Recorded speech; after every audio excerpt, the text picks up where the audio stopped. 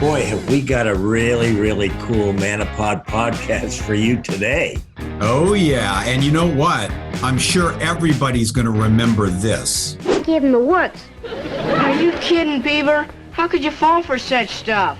There's no such thing as a voodoo curse. Hey, how come all of a sudden you're worried about me? Well, when I heard you're sick, I thought it was working. What was working? The voodoo curse I put on you. You put a voodoo curse on me? You little dope. What did you do that for? 'Cause I don't like you. Nobody likes you, Eddie. Not even Wally, and he's your best friend. Yes, that's right. It's Leave It To Beaver with Jerry Mathers. And that's who our special guest is today. So stay tuned. This is awesome. Hi, I'm Mike. And I'm Larry. Welcome to Menopause, A podcast dedicated to men over 50. brought to you by Menopause.com. Hi, welcome to Menopause podcast. Today we have a very special guest. And I'm sure you recognize him already, but I'll just do a little intro. Do you remember seeing Leave It To Beaver? We all watched it in the 50s and 60s, and we're still watching it today, and our kids and our grandchildren are watching it. It's a worldwide phenomenon of a show that has just transcended its time to 60 plus years. And so today our special guest is Jerry Mathers. Welcome, Jerry. So glad you could be part of this, and glad to have you. My pleasure. Thank you for inviting me. It's great. So just to jump right in, tell us go back, how many years? 1957 is when you were cast in Leave It To Beaver. That's and right. We'd love to know, and our audience would love to know, how did that happen? Well, it really wasn't anything that was a big deal to me, to be honest with you, because I've been working as an actor. I started actually on live TV at 2 years old. I did movies before Leave It To Beaver with Bob Hope, Alan Ladd, did all sorts of live television and film television. So it wasn't like Leave It To Beaver was something that I just happened to be walking down the street and somebody said, that's the one. I went on a lot of interviews and did a lot of work before Leave It To Beaver. But because it's such a good show, it has the staying power. So people say, well, I didn't see those things. Well, most of those movies and other things, and a lot of it was live TV. And I worked a lot on live TV because if you were a little kid and you didn't make any mistakes, they always hired you back. Oh, that's great. That is great. So I read and I saw in a couple other interviews where you really could care less about having gotten the role. You wanted to go to your Cub Scout meeting? Absolutely. I just joined the Cub Scouts, and I think I had gone to maybe one meeting, and they made a big deal of, if you're going to be a Cub Scout, one of the things you have to do is be on time to the meetings. And so I came home from school that day. I was going to regular school, and my mom said, oh, Jerry, we've got there's a big audition. And I said, what do you mean audition? She said, well, we're going into the studio. And I said, no, I can't go. And she said, what do you mean you can't go? I said, well, I have a Cub Scout meeting today. No. She said, well, you know what? I'll call the Scoutmaster and it'll be fine. And when we got there, not only was it a huge interview, it was a gigantic interview. We didn't know it, but they were also casting for the Beaver, which had literally probably 60 to 80 kids on it. Wally, Eddie, all the gang. So we looked around and went, how can this be like a little interview? This is huge. We waited maybe an hour before we even got in there. Wow. And they were interviewing hundreds and hundreds of kids for your part. Very definitely. All the parts. Well, we didn't know that too. It was all the parts. So we looked around and there's people that would be Tony's age, Lumpy's age, all the different characters. So you're looking around going, okay, there's some people here that look like my age, but then there are all these other people. What kind of a show is this? Wow. Well, you got the role, obviously, and it's probably because you were a seasoned actor before, so they knew they had a sure thing with you. Well, they could look at a lot of my work. I'd been a working actor. A lot of it vanished because it was live TV. I started on live TV when I was 2 years old. But I'd also done a lot of movies and a lot of other television things. So, yes, I did have something I could fall back on and say, yes, I've worked with Hitchcock. I've worked with Bob. I did 2 movies with Bob Hope. So I did a lot of things before Leave It To Beaver, but it has the staying power. And people always say, "Oh, I never saw you in anything else." Well, I did a lot of work before it. So Wow. at that age, I mean, I can't even do it now. At that age, how did you memorize your lines? Did your parents go over them with you? Did you have a dialogue coach? I mean, how did that work? Well, actually, probably my best person to make me the Beaver was my mother, because she was the one that read me my lines, because I was only 6 years old. And so I couldn't really just pick up a script and read it at the speed that they wanted it to. So my mother would read me the lines and I just memorized them. And, if somebody doesn't tell you it's hard, you don't know it's hard if you're a kid. So I just thought, oh, that's easy. I can do that. And I'd go in, they'd send the script on a Friday night. Saturday, she'd read it once or twice to me. Sunday, she'd read it once or twice to me. And we'd go in Monday, and they did rehearsals Monday and Tuesday, and then shot for 3 days. But those 2 days, I pretty much already had it memorized. Wow. Wow. And is it true that Tony Dow was not an actor, that he just showed up with a friend of his for another casting call for another show, and they picked him up? Is that true? Absolutely true. He was doing, he never worked as an actor. He was an AAU swimming and diving champion. And there was a show that was, another series that was just starting. It's kind of like Tarzan, and they were looking for the part of boy. And, Tony, when I was first growing up and working with him, I was just, in awe, because he'd go to like a pool, we'd go someplace, go swimming. He'd go up to the very high dive board, do 3 flips and land in the water perfectly. And I'm going, I'm not doing that. I didn't realize that all kids couldn't do that, that he was, a gymnast and a swimmer and diving champion. Wow. Today, they wouldn't let him do that unless they took out a big insurance policy. But back then, yeah, go ahead. You know what? We had big insurance policies. Oh, really? Because, back then? oh, yeah. Oh, wow. Absolutely. Because I got, I think it was measles I got. And all of a sudden, the entire crew had like 2 days work that they could do that I wasn't in. And then for the next 3 weeks, all those guys were basically furloughed. So they had to not pay. They wanted the same people back. They didn't want to take other jobs, so they paid them. So there were huge insurance companies, and they were always sending people around to make sure that I was very healthy. So another interesting tidbit that I heard is that when the pilot went up to be looked at and approved, there was somebody on the board that we all have heard of that was very famous, who was instrumental in approving Leave It To Beaver. He was a general. Oh, Eisenhower, right? I think you mentioned that it was Douglas MacArthur was on the... Douglas MacArthur. Well, the thing was that it was very popular with the military, because I had done a lot of movies that showed overseas, and that's when they do for recreation. So a lot of people in the military knew me. My dad was also he retired as a superintendent of LA City Schools, but when he was doing that, he was working with the Air Force, and so he knew a lot of people in the Air Force.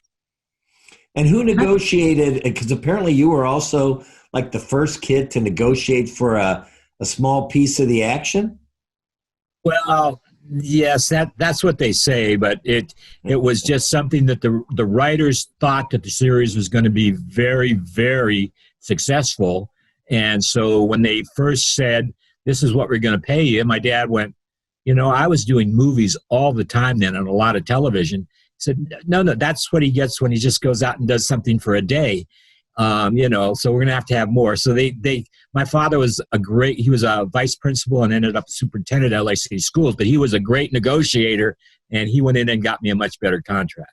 Oh, that's great. My wife knew your father. It's a strange story, but she was a teacher, special ed teacher at LA Unified School District, and she knew your dad. And when I told her that we were doing this interview, she said, "Oh my God, tell him I knew his father." So yeah, I know. I get so many of those because, first he was a vice principal and then principal, but then he was a superintendent. So he knew just about everybody, and he was very, very sociable. So the nice part is everybody likes him, because there wouldn't be anything worse than having them say, "I hated him." And I've even had kids come up when he was a vice principal. he was the one that if you did something a little out of the way, you had a choice. You could either have him call your parents or you could take a SWAT. And he was the one that was the official SWAT. And guess what? At the end of the year, I guess whoever made it, the wood class or whatever, would make a new paddle, and that paddle came home for me. Wow. So one other thing. Oh, go ahead. One at a time, guys. Come on. Yeah, I'm sorry. I was going to ask so you. Eager. Yes, I was going to ask you a question about, your public persona. I mean, when you would go out into the public, you must have been swamped with people. I mean, not really, because I'll tell you why. People don't really pay much attention to kids if they're just there. I mean, if I was going to an award show or all the different things that we used to do for PR, people always recognized me. But when I was just walking around with my mom and my sister and when I was doing Beaver, I guess it would be my one brother. I have other brothers now, but people just don't notice you. They wouldn't think that would be the Beaver. They're now a lot of people. Yes, they did recognize me and they'd wave and things like that. I just always wave back. I love doing the show, so it was just fun to be able to go out and see people and have them recognize you. Yeah, that's great. So one of the things that I didn't really realize until I watched you on another interview, but thinking back now, I see that it's true. And that is what you said, that what made this particular family show unique was that it was sort of filmed and written from the perspective of a child looking at an adult world rather than just showing a kid. Everything was kind of through the child's eye. How did that feel doing it that way? I didn't even realize that, to be honest with you, when I was doing the show, but that was the producers, Joe Conley and Bob Mosher's. That was what when they even started the show, they wanted to show a child's view of the world. And so a lot of times when you see Leave It To Beaver, when I'm talking or the way they shoot them, it looks like my view of the world. And, the kids don't understand a lot of things that adult thinks, well, of course you understand that. No, I don't. Why would I understand that? That's an adult thing.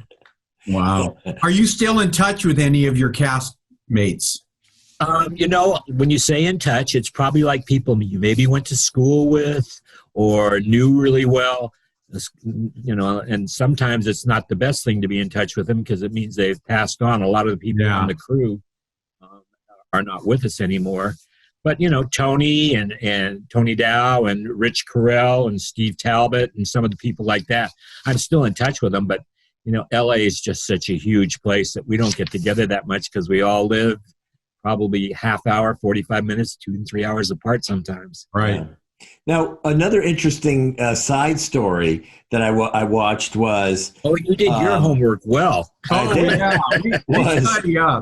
The character Larry Mondello, who was one of Bee's best friends. And there's a story about how, he became sort of a popular character, but then he decided he didn't really want to do that anymore.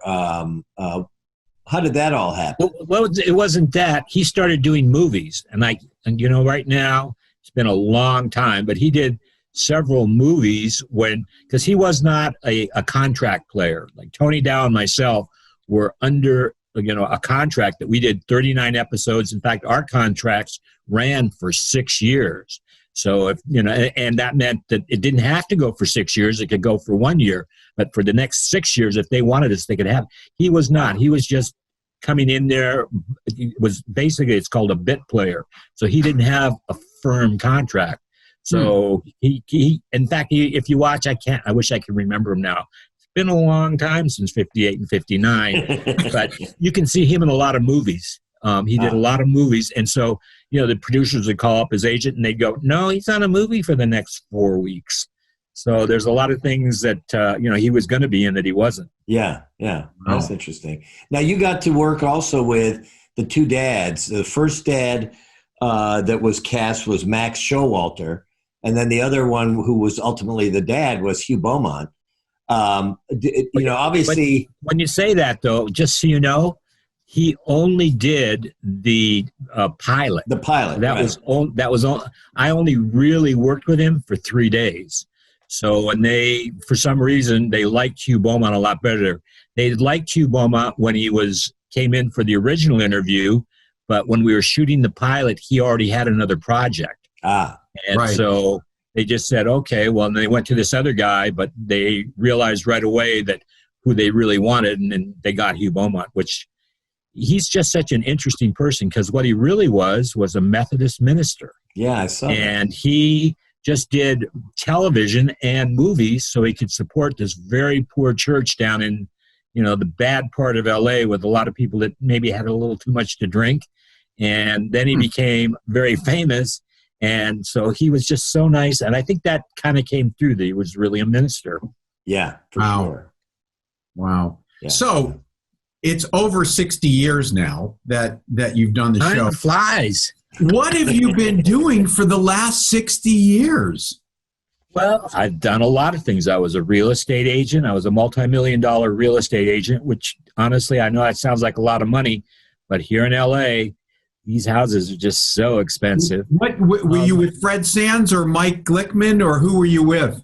I was with Day Realty for a while. Day, yeah. Yeah, but it was fun. And, people, I didn't go after them as the Beaver. So I, pick up a phone. You'd have a day that you could go in and answer the phones with people calling in about a house they'd seen.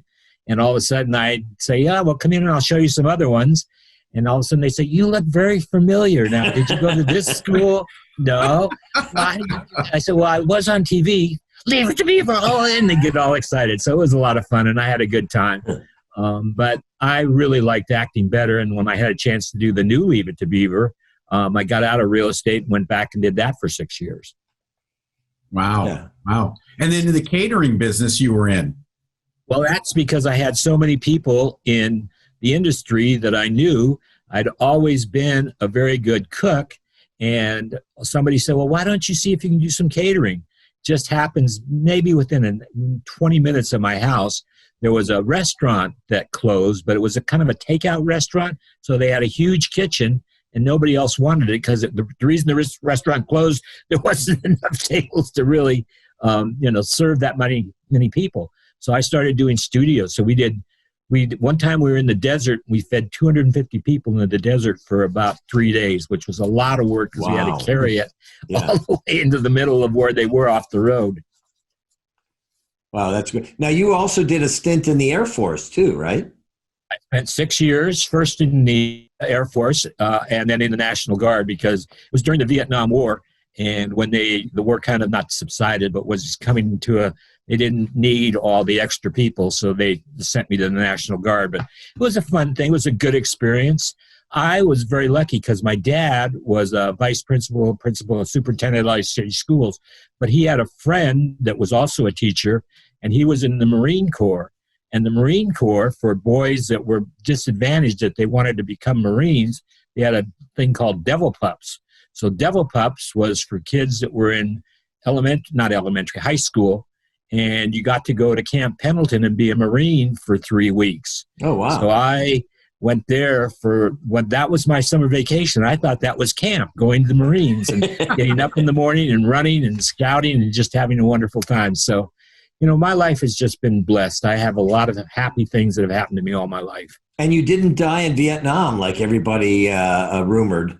Well, everybody saw me I was giving out Emmys and doing some things, and all of a sudden that not disappeared, but I wasn't doing a series. And they said, well, if he's doing that, what happened? Oh, I saw him in uniform, and I gave an Emmy in, I forget what year it was, but anyway, during that time in uniform, everybody said, oh, he's in uniform. And then they didn't see me for a while, and they said, oh, and, there were a lot of people that weren't very happy with that war. And they said, well, it's killing the youth of America. And Jerry Mathers died. And they went, oh, that's news. Hi there, I'm John O'Hurley.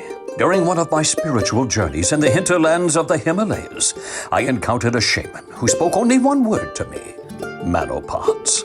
That simple utterance has tormented me ever since, until I found Menopause, podcasts for men over 50, chock full of wit, wisdom, sex, health, sports, travel, and so much more. Give me a huzzah! And now my revelation is yours.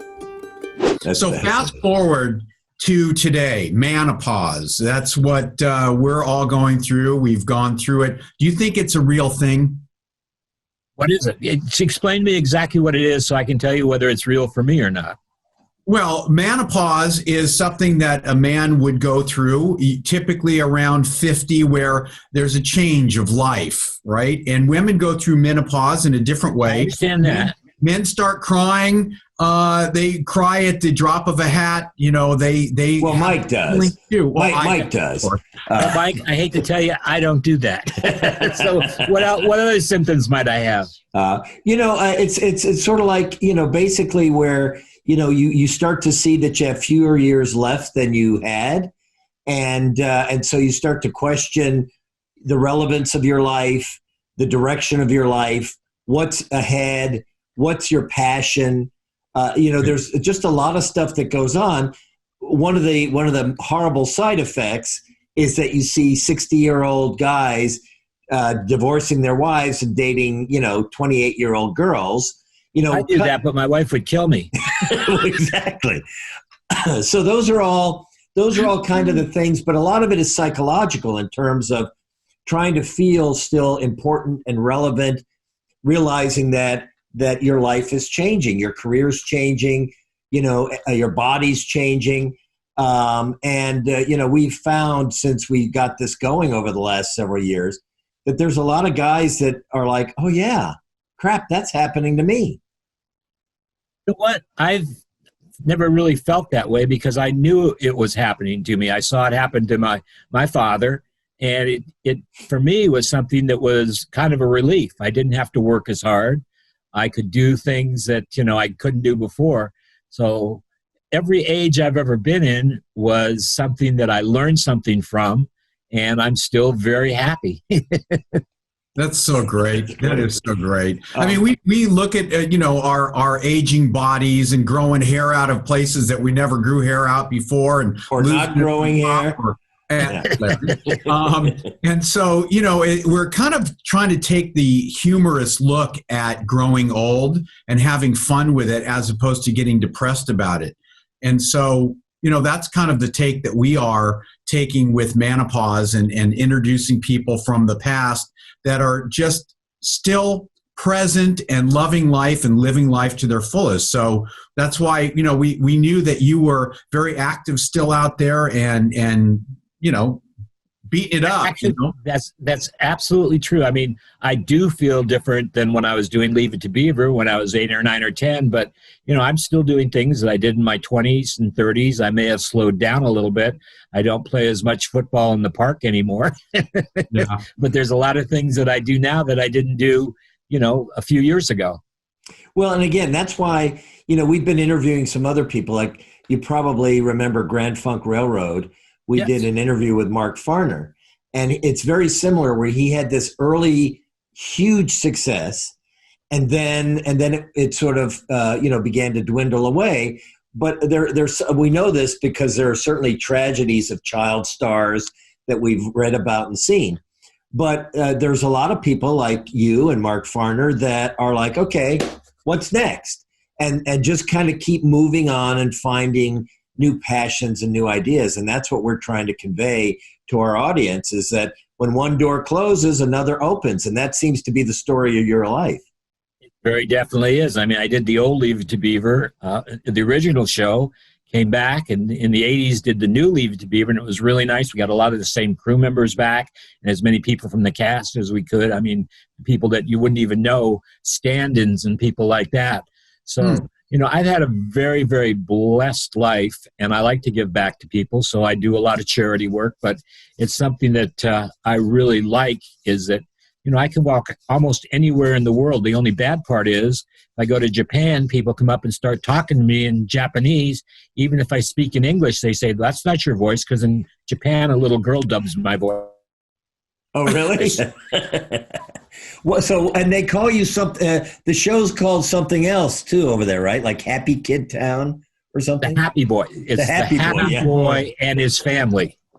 but it's all over the world. I mean, I can't tell you the number of languages that people have come up and tried to talk to me and don't understand why all of a sudden I don't know their language. Yeah, that's hilarious. The other thing about menopause.com is that we have a charitable arm as well, where we every celebrity that we interview, or even on our own, charities that we find that we believe in, we feature them on our site. We have a division called Menopause.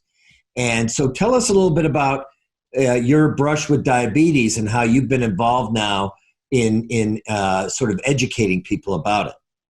Well, when I was older, not when I was doing Leave It To Beaver, but when I got a lot older, I started doing businesses. And one of the businesses I did was a catering company. Well, I was doing studio catering. So, I mean, one time we fed 300 people out in the desert. But when you go and do catering, especially for a studio, it's not like just one meal. They want to say, we're going to hire you for 30, maybe 20, 30 days, and we want to see how many meals you have. Well, when you go there and you're feeding them, they say, why aren't you eating the food? So I started eating. A lot of the recipes were my very own, things that my mom and my grandmother had taught me. So I put on a lot of weight, but I looked around me. A lot of people were overweight, and I didn't think it was that big a deal. But I have a very good friend that's a doctor, and she told me, you know what, Jerry, for Christmas, I'm going to give you not a present. I'm going to let you come in for a physical. I said, I feel great. She said, no, come on in. It's free. What are you going to do?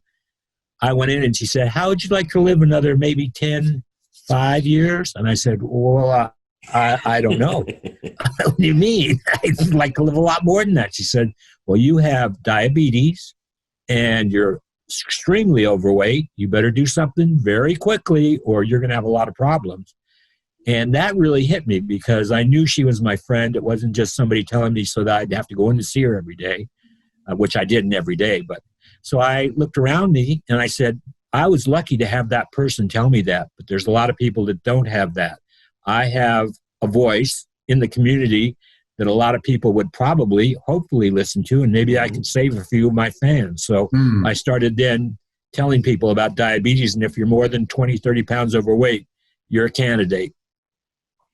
Yeah, well, that's great because it's such a common disease, especially in this country. My wife is an endocrinologist, so she dealt with a lot of diabetic patients, and the key is getting them to be compliant. And it seems like you just took it up and said, I'm done with this. I'm going to lose the weight. I'm going to get this under control.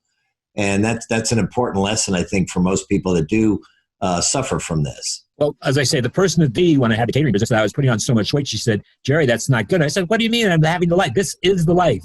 But no, it wasn't. It was, a death sentence, really. Yeah, yeah.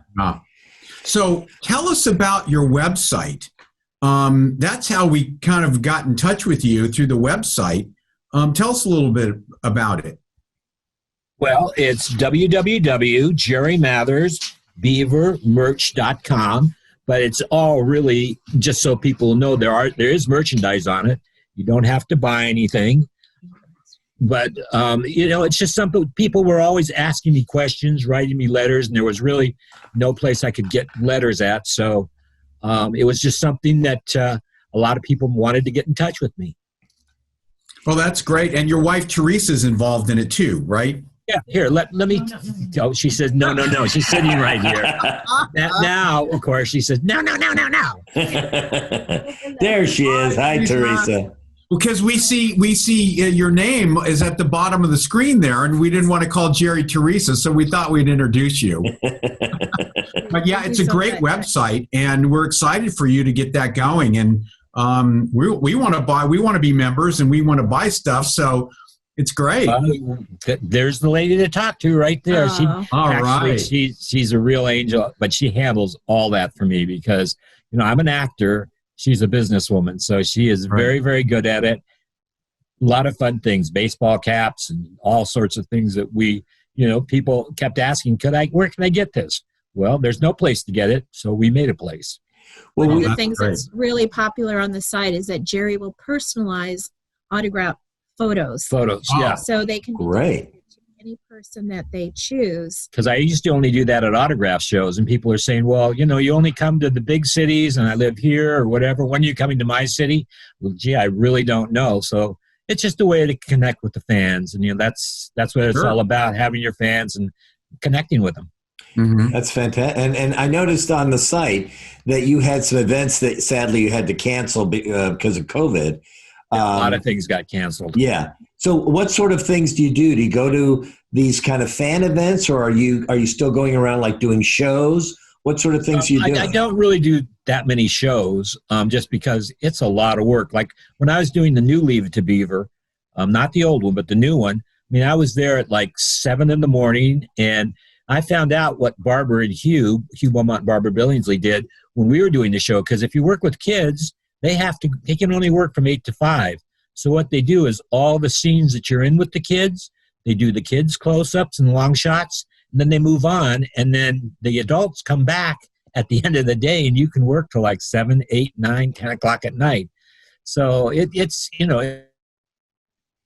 a lot of fun, but it's a lot of work. Yeah. Wow. Oh, yeah. Wow. Huh. So what are your goals for the next few years? What do you hope to accomplish? What do you want to do with your life?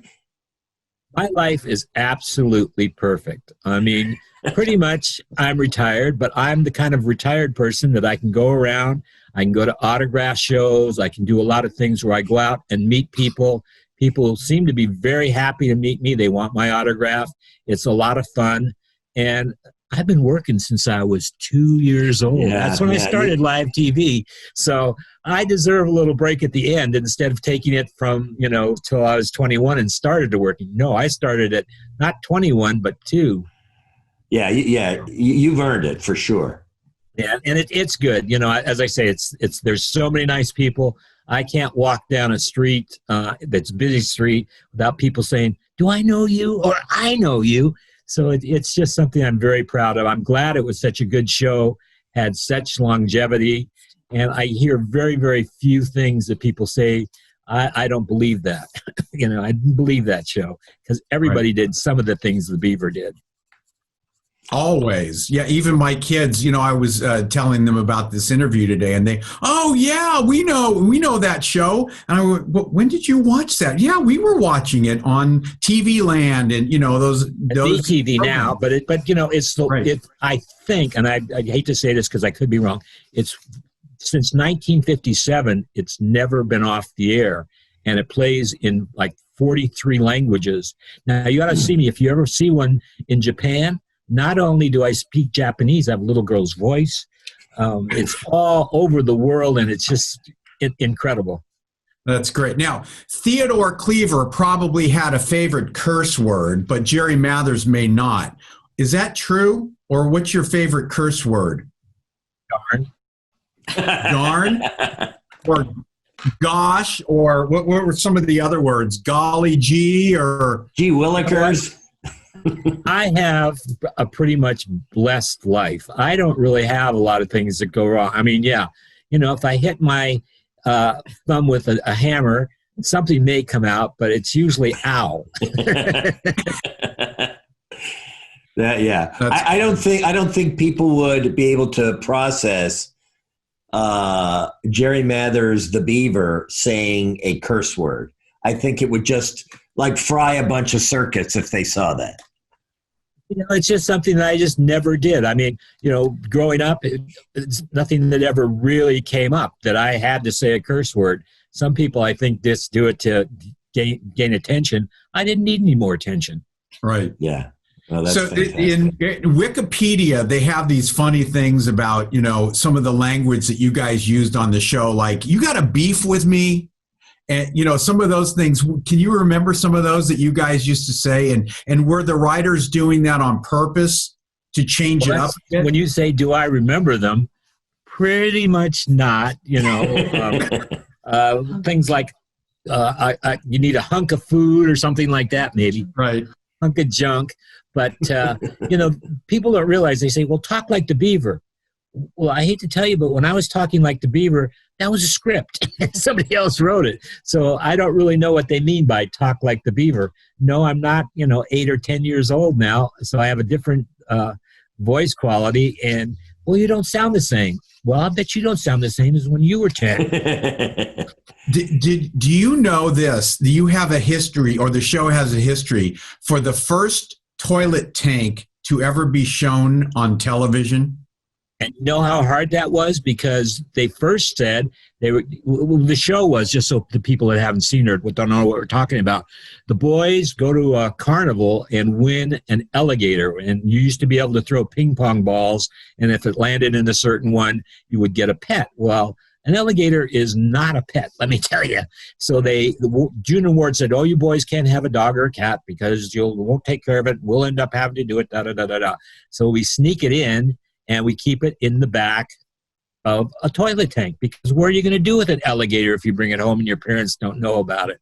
So we were the first show to show any part of the bathroom, especially a toilet, but they couldn't go down and show the bowl. They could only show the toilet tank. It's very strange, isn't it? Isn't that weird? I mean, God, and today, more than the toilet, I'm sure, but that's so weird. And you had a lot of scenes in the bathroom after that. We did, but there, if you looked around, and especially like in the mirrors, you'll notice there was never a toilet in any of our bathrooms. I don't know where we went, maybe down to the gas station down the street or something, but it was just, there were just a lot of different rules back then. I don't even know if the shows today have it or not, because it's not anything I really check out. One of the things that's really kind of amazing is, I have grandkids now and everything, and we FaceTime all the time. My kids video everything, like every minute of their lives. When we were younger, obviously, if your parents didn't have like a Super 8 or something, all you have are still pictures. You have 6 years of this time capsule. And granted, you were acting, but still it was you in motion, talking, emoting. I mean, that's a treasure, I think, for any person, for their kids to see, for their grandkids to see. I mean, that's an amazing thing that you have there. Something that we didn't even know at the time. I mean, who would have thought it? People say, you can go up and get up every morning and go watch yourself. Well, I know exactly what's going to happen. I don't watch myself that much, but it's a great show. Kids still love it. The interesting part is it's an adult show. That's what they thought it was. Leave It To Beaver was not supposed to be for kids, but kids are just, love it too. So it really makes all the family members, a show a whole family can watch together, and you're not afraid anything is going to be said or done. Right. That your kids are going to go, why didn't we do that? Do you still have any of the memorabilia? I mean, you guys were on lunch pails and Kellogg's box cereal and on everything. Did you save a lot of that? I have a hat. I have the green hat. That's an interesting story, because the first day of the interview for Leave It To Beaver, people don't realize it. There were almost 800 people on the interview. Now, an interview usually would be like 10, 15 people, but we didn't know it. But they were casting not only the Beaver, but Wally, Eddie, and all his friends. So we walk in there, and there are people and kids and agents everywhere. So we were going, what kind of a show is this? How could they have that many people doing the same thing? Wow. That's amazing. That is amazing. So so I think we're gonna stay on afterwards to have a little more discussion with you. But obviously, this has been amazing, and I think our audience is going to not only be thrilled, but my guess is there's going to be quite a few that stampede to your website, and we're going to put a little card down there showing what your URL is. And we really appreciate you doing this. We know that you probably have to recount these stories multiple times, but it's always fun. It's like living your past. It's just such a compliment that people are even still interested in it. Yeah, and they are. And I think we're going to get an amazing response to this podcast. So again, we want to thank you very much. But one last question. Uh-oh. Is this like Zinger? Yeah, here we go. Yeah, no, not really. It's just, how do you want to be remembered? Just as an actor, as a child, and as an adult that made people happy. I don't think there's very many people that could say, if you watch Leave It To Beaver, you walked away and you were sad, because it's just a fun show. It was something that I'm very proud of. there's not many people that can say they have a show that started in 1957 and is still running today all over the world. So it's just something I'm very, very proud of. Well, that's pretty cool. And you've made us very happy. I can tell you that right now. So thank you very so much much for doing this with us. And stay tuned, stay on, because we do want to talk to you a little bit more. So thanks a lot, Thank Jerry. you. Thanks, Jerry. Have a good one. Bye-bye, guys. Hello, I'm John O'Hurley. Just imagine, if you will, discovering your podcast Shangri-La. Well, imagine no more Menopause podcasts from Menopause.com for men over 50. Podcasts about sex, sports, travel, entertainment, life, and so much more. Oh, yes, that enchanted podcast site you could only imagine is here now on your favorite podcast channels.